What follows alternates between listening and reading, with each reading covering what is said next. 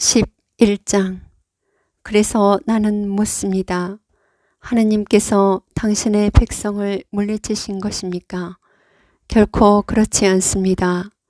나 자신도 이스라엘 사람입니다. 아브라함의 후손으로서 베냐민 지파 사람입니다. 하느님께서는 미리 뽑으신 당신의 백성을 물리치지 않으셨습니다. 여러분은 성경이 엘리야에 관하여 무엇이라고 말하는지, 엘리야가 하느님께 이스라엘을 걸어서 어떻게 호소하였는지 모릅니까? 주님, 저들은 당신의 예언자들을 죽이고 당신의 제단들을 헐어버렸습니다. 이제 저 혼자 남았는데 저들은 제 목숨마저 없애려고 저를 찾고 있습니다. 그런데 하느님의 대답은 어떠하였습니까?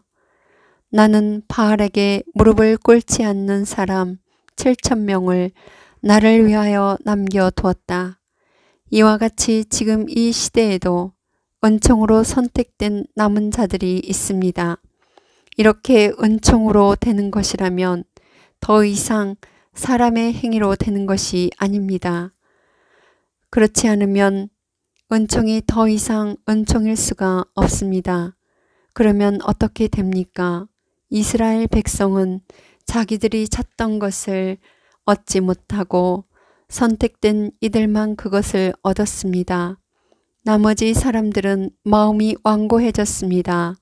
이는 성경에 기록된 그대로입니다. 하느님께서는 그들에게 사람을 마비시키는 영을, 보지 못하는 눈을, 듣지 못하는 귀를 주시어 오늘날까지 이르게 하셨다. 다윗도 이렇게 말합니다. 그들 식탁이 그들에게 올가미와 덫이 되고 걸림보와 응보가 되게 하소서. 그들의 눈은 어두워져 보지 못하고 그들의 등은 늘 굽어 있게 하소서. 그러면 내가 묻습니다. 그들은 걸려 비틀거리다가 끝내 쓰러지고 말았습니까? 결코 그렇지 않습니다. 오히려 그들의 잘못으로 다른 민족들이 구원을 받게 되었고, 그래서 그들이 다른 민족들을 시기하게 되었습니다. 그런데 그들의 잘못으로 세상이 풍요로워졌다면, 그들의 실패로 다른 민족들이 풍요로워졌다면, 그들이 모두 믿게 될 때에는 얼마나 더 풍요롭겠습니까?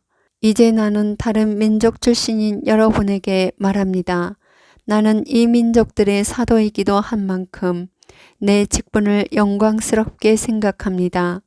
그것은 내가 내 살부치들을 시기하게 만들어 그들 가운데서 몇 사람만이라도 구원할 수 있을까 해서입니다. 그들이 배척을 받아 세상이 화해를 얻었다면 그들이 받아들여질 때에는 어떻게 되겠습니까? 죽음에서 살아나는 것이 아니고 무엇이겠습니까? 만물로 바치는 빵 반죽 덩이가 거룩하면 나머지 반죽도 거룩합니다.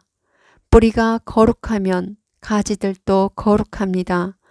그런데 올리브 나무에서 몇몇 가지가 잘려나가고 야생 올리브 나무 가지인 그대가 그 가지들 자리에 접붙여져 그 올리브 나무 뿌리에 기름진 수액을 같이 받게 되었다면 그대는 잘려나간 그 가지들을 얕보며 자만해서는 안 됩니다. 그대가 뿌리를 지탱하는 것이 아니라 뿌리가 그대를 지탱하는 것입니다. 이제 그대는 가지들이 잘려나간 것은 내가 접붙여지기 위해서였다 하고 말할 것입니다. 옳은 말입니다. 그들은 믿지 않아서 잘려나가고 그대는 믿어서 그렇게 서 있는 것입니다. 그러니 오만한 생각을 하지 말고 오히려 두려워하십시오. 하느님께서 본래의 가지들을 아까워하지 않으셨으면 아마 그대도 아까워하지 않으실 것입니다. 그러니 하느님의 인자하심과 함께 존엄하심도 생각하십시오. 하느님께서는 떨어져 나간 자들에게는 존엄하시지만 그대에게는 인자하십니다.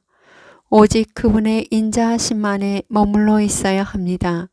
그렇지 않으면 그대도 잘릴 것입니다.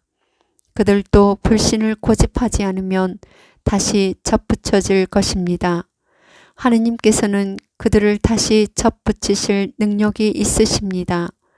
그대가 벌레의 야생 올리브 나무에서 달려나와 벌레와 달리 참 올리브 나무에 접붙여졌다면 벌레의 그 가지들이 제 올리브 나무에 접붙여지는 것이야 얼마나 더 쉬운 일이겠습니까? 형제 여러분, 나는 여러분이 이 신비를 알아 스스로 슬기롭다고 여기는 일이 없기를 바랍니다. 이 신비는 이렇습니다. 이스라엘의 일부가 마음이 완고해진 상태는 다른 민족들의 수가 다 찰 때까지 이어지고 그 다음에는 온 이스라엘이 구원을 받게 되리라는 것입니다. 이는 성경에 기록된 그대로입니다. 시온에서 구원자가 오시어 야곱에게서 불경함을 치우시리라. 이것이 내가 그들의 죄를 없앨 때 그들과 맺어줄 나의 계약이다. 그들은 복음의 관점에서 보면 여러분이 잘 되라고 하느님의 원수가 되었지만 선택의 관점에서 보면 조상들 덕분에 여전히 하느님께 사랑을 받는 이들입니다. 하느님의 은사와 소명은 초래될 수 없는 것이기 때문입니다. 여러분도 전에는 하느님께 순종하지 않았지만 이제는 그들의 불순종 때문에 자비를 입게 되었습니다. 마찬가지로 그들도 지금은 여러분에게 자비가 베풀어지도록 하느님께 순종하지 않지만 이제 그들도 자비를 입게 될 것입니다. 사실 하느님께서 모든 사람을 불순종 안에 가두신 것은 모든 사람에게 자비를 베푸시려는 것입니다. 오, 하느님의 풍요와 지혜와 지식은 정녕 깊습니다. 그분의 판단은 얼마나 헤아리기 어렵고 그분의 길은 얼마나 알아내기 어렵습니까? 누가 주님의 생각을 안 적이 있습니까? 아니면 누가 그분의 좋은 자가 된 적이 있습니까? 아니면 누가 그분께 무엇을 드린 적이 있어 그분의 보답을 받을 일이 있겠습니까? 과연 만물이 그분에게서 나와 그분을 통하여 그분을 향하여 나아갑니다.